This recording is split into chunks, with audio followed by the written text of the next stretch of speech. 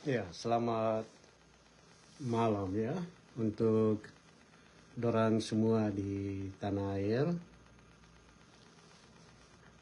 Di sini sekarang sudah midnight ya, tengah malam waktu Amerika ya, Virginia. Nah, di sini midnight. Nah, persiapan untuk kita orang melakukan aktivitas malam, lanjutkan dengan kerja malam ya di Amerika.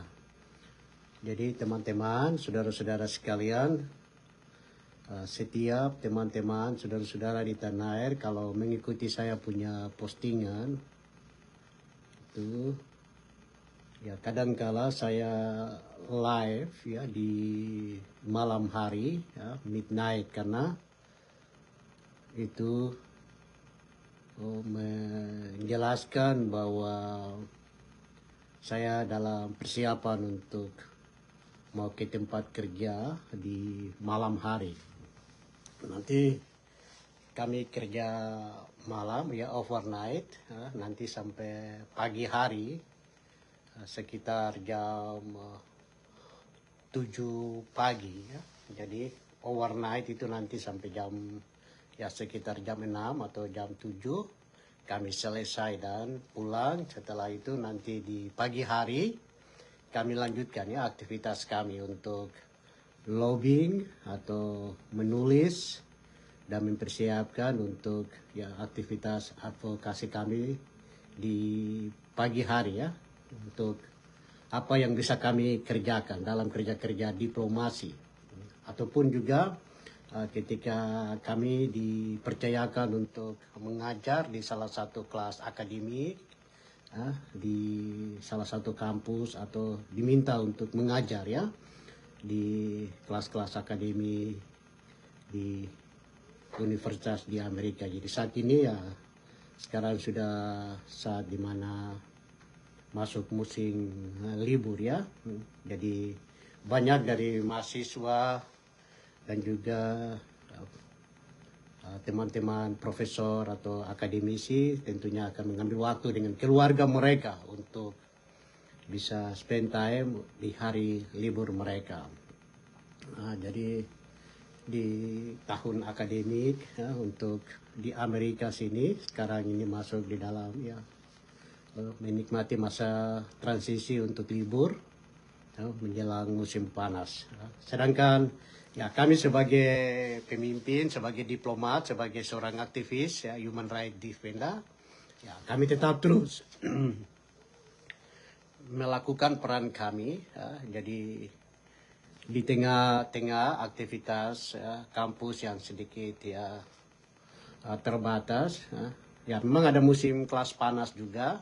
Itu biasanya dalam kelas musim panas di Amerika ada kelas-kelas akademik yang dilakukan. Tapi untuk kami sebagai pejuang ya, perjuangan ya, kemerdekaan bangsa kami ya, kita akan terus melakukan peran kami, dan itu adalah peran utama kami, itu adalah aktivitas kami untuk berpikir ketika kami berada di exile. Jadi kerja-kerja diplomasi internasional itu kami akan perankan.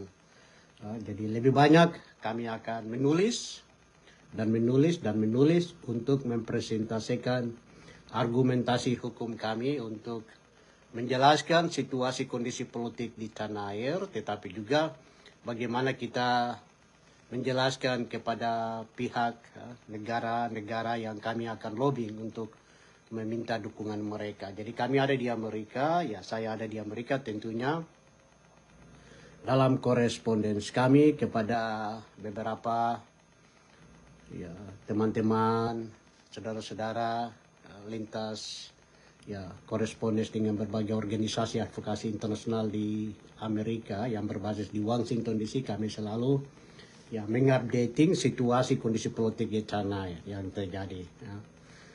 Jadi bagaimana situasi HAM itu kami menjelaskan apa yang menjadi masalah HAM ya, di tanah air ya, perjuangan HAM yang dialami oleh kami sebagai rakyat orang Papua Melanesia, tetapi juga yang dialami oleh saudara-saudara kami di Indonesia, ya kita bisa melihat itu dan kita menjelaskan bagaimana sebab akibat itu, sehingga terjadi pelanggaran HAM yang saat ini masih terus ya, terjadi karena memang masalah terbesar dalam pelanggaran hak asasi manusia di negeri kami, di tanah air kami, orang Papua mengalami pelanggaran HAM yang berat selama kekuasaan pemerintah Indonesia itu kan karena orang Papua mau merdeka atau mau bikin negara sendiri, mau berpemerintahan sendiri dan berbangsa sendiri yang terpisah dari Indonesia. Jadi ya, pada kesempatan ini ya saya dalam persiapan untuk akan pergi melakukan aktivitas kerja malam. Saya sedikit share untuk teman-teman, saudara-saudara yang mungkin ya bertanya atau belum ya mengetahui ya aktivitas kami di malam hari. Jadi kita orang melakukan kerja diplomasi sebagai diplomat, tapi kita akan menggunakan waktu kami juga di malam hari untuk kerja, mencari berkat, untuk melakukan aktivitas kami ya, mendukung aktivitas kami. Jadi apa yang kami lakukan untuk menghidupi kehidupan kami, tapi juga lebih banyak untuk berpikir tentang masa depan perjuangan bangsa kami. Bagaimana rakyat kami itu harus dibebaskan dan hidup bebas, benar-benar hidup bebas, aman, damai di atas negeri kami. Nah, jadi rakyat kita bisa hidup bebas, damai dan melakukan aktivitas dengan rasa aman di negeri dan tanah air kami itu kalau tidak ada kekuasaan bangsa asing untuk datang menguasai negeri kami.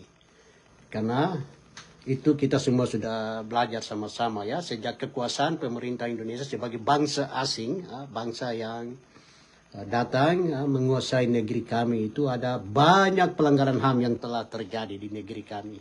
Data-data genosida itu kita telah membaca, kita telah memahami bersama. Dan salah satu interview saya dengan radio PBB atau UN Radio itu, saya punya salah satu interview yang direkam secara live dan itu ada di dalam link PBB itu, radio PBB ya, UN Radio itu. Saudara-saudara kalau mengikutinya, saudara telah mendengar bahwa saya menjelaskan bahwa genosida itu sedang terjadi di negeri kami, yang dialami oleh kami. Nah, jadi ketika saya diinterview oleh UN Radio menjadi argumentasi hukum kami kepada Perserikatan Bangsa-Bangsa, dan itu saudara bisa cek. Jadi kalau saudara mengecek bagaimana data referensi untuk PBB itu adalah argumentasi hukum kami, dan saya memberikan argumentasi hukum itu jelas ke Perserikatan Bangsa-Bangsa, dan itu ada dalam referensi yang tidak bisa dibantah oleh pemerintah Indonesia. Dan itu jelas. Jadi percakapan saya dengan radio PBB dan juga itu ada juga bagian dari mekanisme dari bagaimana edukasi secara internasional untuk PBB itu sendiri, tetapi juga untuk negara-negara anggota PBB yang sudah merdeka. Mereka bisa melihat, mempelajari bagaimana konflik yang terjadi di daerah-daerah yang rawan pelanggaran HAM itu terjadi itu karena apa. Jadi kami jelaskan di sana, saya jelaskan di sana, dan itu sudah sangat jelas. Genosida terjadi di negeri kami, di tanah air kami itu karena orang Papua mau merdeka toh. Nah, kami berjuang untuk merdeka. Kami berjuang untuk merdeka, dan kalau saudara yang memahami latar belakang aktivitas politik kami ya, saya Herman Wenggai, saya adalah salah satu aktivis, salah satu pemimpin gerakan perjuangan bangsa di dalam tanah air. Kami ini adalah seorang mantan tahanan politik proklamasi 14 Desember 88. Jadi peristiwa hukum proklamasi 14 Desember 88 adalah sebuah peristiwa hukum yang menjadi bukti hukum, fakta hukum terjadi di atas negeri kami. Nama negara itu sudah jelas, yang berbeda dengan Indonesia. Nama negara itu sangat jelas, yang kami sama-sama belajar dan mempertanggungjawabkan itu di mata pemerintah Indonesia. Jadi latar belakang aktivitas politik saya ini, saya adalah seorang mantan tahanan politik yang berjuang di dalam kota bersama dengan rakyat, yang mempertanggungjawabkan konsep hukum itu di hadapan pemerintah Indonesia, di meja peradilan Indonesia. Argumentasi hukum kami kepada pihak pemerintah Indonesia itu jelas. Bahwa nama negara kami ini, konstitusi negara kami ini, bendera kebangsaan kami ini, haluan kebangsaan negara kami atau garis-garis besar haluan negara kami ini. Ini adalah lagu kebangsaan kami. Wilayah kekuasaan pemerintahan yang kami cita-citakan untuk merdeka, bernegara sendiri terpisah dari Indonesia ini. Jadi itu jelas. Dari Sorong sampai Merauke itu adalah wilayah kekuasaan pemerintahan bangsa negara yang kami dirikan, yang diproklamasikan. Jadi itu fakta hukum jelas. Jadi saya memiliki latar belakang sebagai seorang aktivis yang mempertanggungjawabkan nama negara yang sangat berbeda dengan Indonesia. Dan di dalam kerja-kerja diplomasi internasional, dan hari ini saya ada di Amerika setelah saya dari Australia, karena dua negara itu mengakui latar belakang aktivitas politik kami, mengakui argumentasi hukum kami. Ketika saya mempertanggungjawabkan perjuangan bangsa kita di mata pemerintah Australia, di mata rakyat Australia, argumentasi hukum kami kepada pemerintah Australia itu, dan pemerintah Australia memberikan kami temporary visa untuk sementara, dan itu argumentasi kami. Jadi negara Australia itu mengakui kapasitas saya sebagai seorang pemimpin, sebagai seorang juru bicara, sebagai seorang diplomat yang melakukan kerja-kerja diplomasi internasional untuk berpikir tentang konsep penyelesaian kemerdekaan bangsa kami secara bermartabat. Nah, setelah Australia, ya kami sekarang ada di Amerika. Saya ada di Amerika setelah kurang lebih 14 tahun saya ada di Amerika untuk bagaimana pemerintah Amerika Serikat, negara Amerika Serikat mengakui bagaimana status hukum suaka politik kami sebagai seorang pemimpin, sebagai seorang diplomat yang melakukan kerja-kerja diplomasi internasional untuk bagaimana meminta dukungan dari pemerintah Amerika Serikat, meminta dukungan dari negara Amerika yang punya peran mereka di masa lalu. Jadi dua negara, Australia dan Amerika, itu negara besar ini mengakui kapasitas saya sebagai seorang pemimpin, sebagai seorang diplomat, sebagai seorang human rights defender. Itu jelas, ini fakta hukum. Jadi apa yang hari ini saya tulis, apa yang hari ini saya share, apa yang hari ini saya percakapkan secara live, dibaca, diikuti oleh saudara-saudara di tanah air, tapi juga diikuti oleh pemerintah Amerika Serikat, diikuti oleh pemerintah Australia, dan juga pemerintah di negara-negara di Pasifik sedang mengikuti bagaimana argumentasi hukum kami untuk penyelesaian kemerdekaan bangsa kami secara bermartabat. Jadi kepada generasi bangsa kita di tanah air, ya saya sangat mengharapkan sebagai seorang pemimpin yang terus memberikan edukasi publik kepada teman-teman saudara-saudara, mari kita sama-sama belajar. Ada fakta-fakta hukum yang harus kita jelaskan dengan baik kepada rakyat kita, dan kita semua memahami itu. Jadi perjuangan Papua Merdeka tidak sekedar saja kita berjuang dengan cara-cara bergerilya, dengan cara-cara berjuang dengan bersenjata, dengan kekerasan, antara perjuangan West Papua National Liberation Army dan Angkatan Bersenjata Republik Indonesia. Konflik itu terjadi. Jadi itu perjuangan yang kita semua sama-sama belajar. Tetapi ada perjuangan yang kita sebut perjuangan hukum dan politik.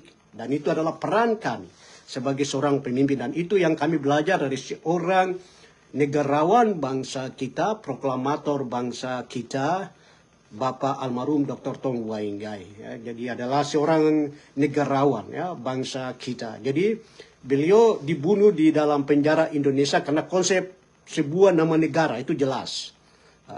Kalau kita orang melihat bahwa belajar dari Setrum Korem, tapi tidak mempertanggungjawabkan nama negara itu di hadapan pemerintah Indonesia. Berbeda dengan Dr. Tom Wainggai. Ya, Dr. Tom Wainggai mempertanggungjawabkan nama negara itu di mata Indonesia, dan itu jelas. Jadi ini generasi bangsa kita harus memahami fakta-fakta hukum yang perlu kita melihat bahwa kemerdekaan perjuangan bangsa kita hadapi pemerintah Indonesia di hari ini. Karena kita sedang berjuang melawan pemerintah Indonesia, kita bukan berjuang melawan Belanda. atau kita bukan minta merdeka kepada kerajaan Belanda untuk mengakui hak kemerdekaan kami, tapi kita meminta kepada pemerintah Indonesia yang adalah mandataris PBB itu. Karena apa? Kalau kita orang belajar ya, jadi waktu sejarah masa lalu bahwa negeri kami itu kan hanya dititipkan menjadi daerah di mana pemerintah Indonesia kok kuasai kami itu untuk sementara. Kan itu ada sejumlah perjanjian internasional tuh yang kami jelaskan terus menerus. Jadi perjanjian itu mengikat, itu fakta hukum. Nah, jadi Belanda itu sudah cuci tangan. Pemerintah kerajaan Belanda itu tidak mengakui kemerdekaan orang Papua yang dijanjikan tanggal 1 Desember 61. Jadi saudara-saudara harus memahami ini dengan baik. Fakta hukum ini harus saudara-saudara memahami itu dengan baik. Kerajaan Belanda tidak mengakui kemerdekaan orang Papua. Itu yang bikin kita orang hari ini terus berjuang untuk Papua merdeka. Jadi kalau pemerintah kerajaan Belanda sudah cuci tangan, maka ada solusi hukum, solusi politik yang kita akan hadapi pemerintah Indonesia di hari ini untuk meminta kepada pemerintah Indonesia yang bertanggung jawab untuk pengakuan hak politik kemerdekaan bangsa kami secara bermartabat. Itu yang kami jelaskan, itu yang kami share. Ya, jadi teman-teman, saudara-saudara sekalian, berbicara tentang perjuangan panjang dari 1 Desember 61 hingga hari ini di tahun 2025 melalui sebuah peristiwa hukum proklamasi 14 Desember 88 itu kita memahami bersama bahwa kami yang berjuang di luar negeri, saya sebagai salah satu diplomat internasional yang melakukan peran itu setelah pemerintah Australia, negara Australia mengakui kapasitas saya sebagai seorang pemimpin, sebagai juru bicara, dan hari ini pemerintah Amerika Serikat memberikan status hukum suaka politik itu berarti pengakuan akan eksistensi argumentasi hukum kami itu jelas. Dan hari ini kami sedang terus memperjuangkan itu ke PBB. Jadi langkah-langkah untuk kami akan terus mempertanggungjawabkan dalam kerja-kerja diplomasi menjelaskan itu ya. Keturang kerja atau kita kan kadang-kala dalam diplomasi itu kan kita tidak harus menulis untuk secara jelas. Langkah-langkah strategis yang kita kerjakan.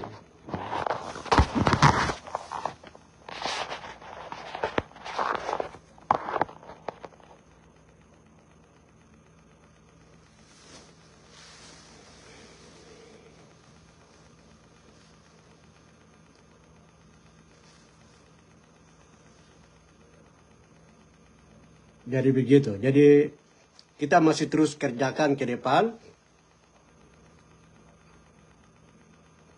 Dan saya akan menjelaskan untuk beberapa poin ke depan nanti untuk apa yang akan diketahui oleh saudara-saudara di tanah air ya setelah pertemuan di Portugal. Ya. Kemarin pertemuan di Portugal itu dalam pembahasan bagaimana kita membangun solidaritas internasional untuk apa yang menjadi perhatian dari teman-teman solidaritas internasional berbagai organisasi yang memiliki ya badan ECOSOC ya di PBB itu sendiri untuk melihat dukungan kepada perjuangan bangsa kami. Jadi kami akan mempublikasikan itu dalam beberapa hari ke depan. Saya sedang menulis, sedang menyiapkan itu. Sehingga pemerintah Indonesia akan mengikuti itu. Jadi kami sudah sampaikan itu kepada pemerintah Amerika ya. Melalui dokumen Washington Solution. Jadi itu sudah jelas. Langkah-langkah penyelesaian kemerdekaan perjuangan bangsa kami secara bermartabat. Jadi saudara-saudara kita terus berdoa dan terus berjuang bersama-sama. Perjuangan KPB kami sedang lakukan. Saya sedang melakukan dengan teman-teman kerja kami, advokasi kami. Jadi kami tidak ya bicara banyak, tapi kami sedang bicara dan sedang menulis untuk menjelaskan itu kepada saudara-saudara. Saudara terus mendoakan kami perjuangan diplomasi internasional yang sedang kami lakukan ke PBB. Karena ada mekanisme yang kita memahami bersama untuk bagaimana PBB harus memberikan perhatian kepada perjuangan kemerdekaan bangsa kami di tanah air yang sedang kami lakukan di hari ini. Terima kasih, Tuhan memberkati.